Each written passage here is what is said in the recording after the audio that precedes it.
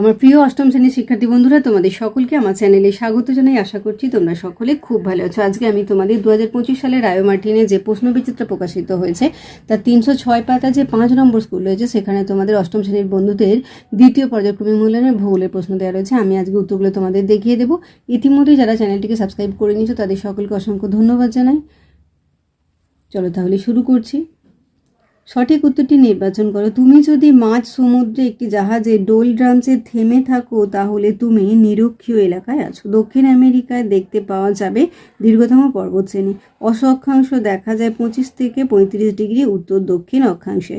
Rocky পার্বত্য অঞ্চলের উষ্ণবায়ু চিনুক নামে পরিচিত। আমেরিকা যুক্তরাষ্ট্রের মধ্যে সর্বাধিক গম উৎপন্ন হয় ডাকোটা রাজ্যে। সেন্ট লরেন্স নদীর উৎস অন্টারিও হ্রদ। যে তাপমাত্রায় বায়ু সম্পৃক্ত হয় তা হলো ওই বায়ুর শিশিরাঙ্ক। অ্যানাবেটিক বায়ু একটি সাময়িক বায়ু। পৃথিবীর বৃহত্তম নদী হলো আমাজন। বাম্পি ক্লাউড এর নামে পরিচিত স্ট্র্যাটো স্কিউমুলাস মেঘ। 2 শূন্যস্থান পূরণ করে। একটু শীতল স্থানীয় বায়ুর নাম হলো বোরো। সেন্ট লরেন্স নদী আটলান্টিক মহাসাগরে পতিত হয়েছে। সিরো কিউমুলাস মেঘে ঢাকা আকাশ দেখতে অনেকটা ম্যাকারেল মাছের পিঠের মতো। উত্তর আমেরিকার হ্রদ অঞ্চলের অ্যাক্রন শহর পৃথিবীর রবারের রাজধানী নামে পরিচিত। পর্বতের অনুপাত ঢালকে এটা হবে বৃষ্টির ছায় অঞ্চল বলা হয়। নিরক্ষীয় অঞ্চলে সারা বছর নিম্নচাপ বিরাজ করে। 1914 খ্রিস্টাব্দে পানামা খালটি কাটা হয়। আয়ন বায়ুর অপর নাম বাণিজ্য বায়ু। স্যাডবেরি পৃথিবীর বৃহত্তম নিকেল খনি। পৃথিবীর শ্রেষ্ঠ ময়দা উৎপাদন কেন্দ্র বাফেলো। 3 দাগে নিচের বিবৃতিগুলি শুদ্ধ অশুদ্ধ নির্বাচন করো। আয়ন বায়ুর গতিবেগ উত্তর গোলার্ধের তুলনায় দক্ষিণ গোলার্ধে কম, অশুদ্ধ। অ্যাঞ্জেল পৃথিবীর উচ্চতম জলপ্রপাত, শুদ্ধ। আমেরিকা যুক্তরাষ্ট্রের ডাকোটা রাজ্যে সবচেয়ে বেশি গম উৎপাদিত হয়, শুদ্ধ। ওরিনোকো নদীর অববাহিকায় ল্যানোস সমভূমি অবস্থিত, শুদ্ধ। সুন্দরবনকে পৃথিবীর ফুসফুস বলা হয়, অশুদ্ধ। পম্পাস অঞ্চলের স্থানীয় বায়ুর নাম পম্পেরও, শুদ্ধ। 2 মেরুবৃত্ত প্রদেশে নিম্নচাপ সৃষ্টি হয়েছে, শুদ্ধ। বায়ু সবসময় নিম্নচাপ অঞ্চল থেকে উচ্চচাপ অঞ্চলের দিকে প্রবাহিত হয়, এটা হবে অশুদ্ধ। লিবিয়া মরুভূমির উষ্ণ ও ধূলিপূর্ণ বায়ুকে শিরক্ষ বলা হয়, শুদ্ধ। কানাডিয়ান শিল্ড অঞ্চলের উত্তর দিকে সাভানা জলবায়ু দেখা যায়, অশুদ্ধ। 4 রয়েছে টিকা লেখো। দেখো ITCZ, এটা টেক্সট বই থেকে দেখবো 35 পাতায়। এই যে এখান থেকে সবটা লিখে দেবে। অক্ষাংশ,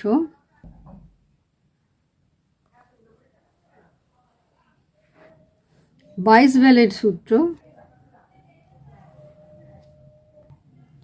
এস্টেনসিয়া, এই যে এখানটা লিখবে। মৃত্যু উপত্যকা, এই যে পরেরটা যোজক।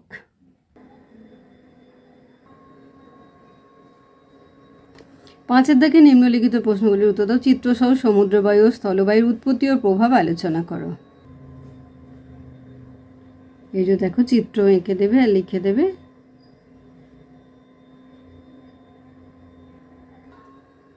রায় মার্টিন থেকেও লেখাটা একটু দেখে নাও। উত্তর আমেরিকার হ্রদ অঞ্চলের কৃষি উন্নতির কারণ ব্যাখ্যা করো। রায় মার্টিন থেকে একটু দেখে নাও তোমরা।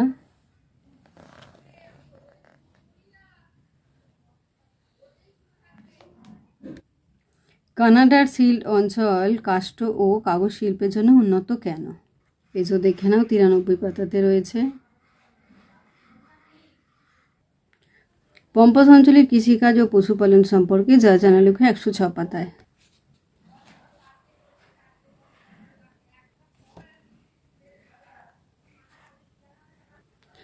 আমার প্রিয় অষ্টম শ্রেণীর শিক্ষার্থী বন্ধুরা, আজকে আমি তোমাদের 2025 সালের রায় মার্টিনের যে প্রশ্নবিচিত্র প্রকাশিত হয়েছে তার 306 পাতাতে যে 5 নম্বর স্কুল রয়েছে, সেখানে তোমাদের অষ্টম শ্রেণীর বন্ধুদের দ্বিতীয় পর্যায়ক্রমিক মূল্যায়নের ভূগোলের প্রশ্ন দেওয়া রয়েছে। আমি তার উত্তরগুলো দেখে দিলাম। আশা করছি সকলেই বুঝতে পেরেছো। ভিডিওটি দেখার জন্য তোমাদের সকলকে অসংখ্য ধন্যবাদ জানাই। ভালো লাগলে লাইক করে কমেন্ট করে বন্ধুদের মধ্যে শেয়ার করো। আর আগামী দিনের নতুন নতুন ক্লাসগুলো পাওয়ার জন্য অবশ্যই চ্যানেলটিকে সাবস্ক্রাইব করে নিয়ে সাথে থেকো। তোমরা সকলে খুব ভালো থেকো।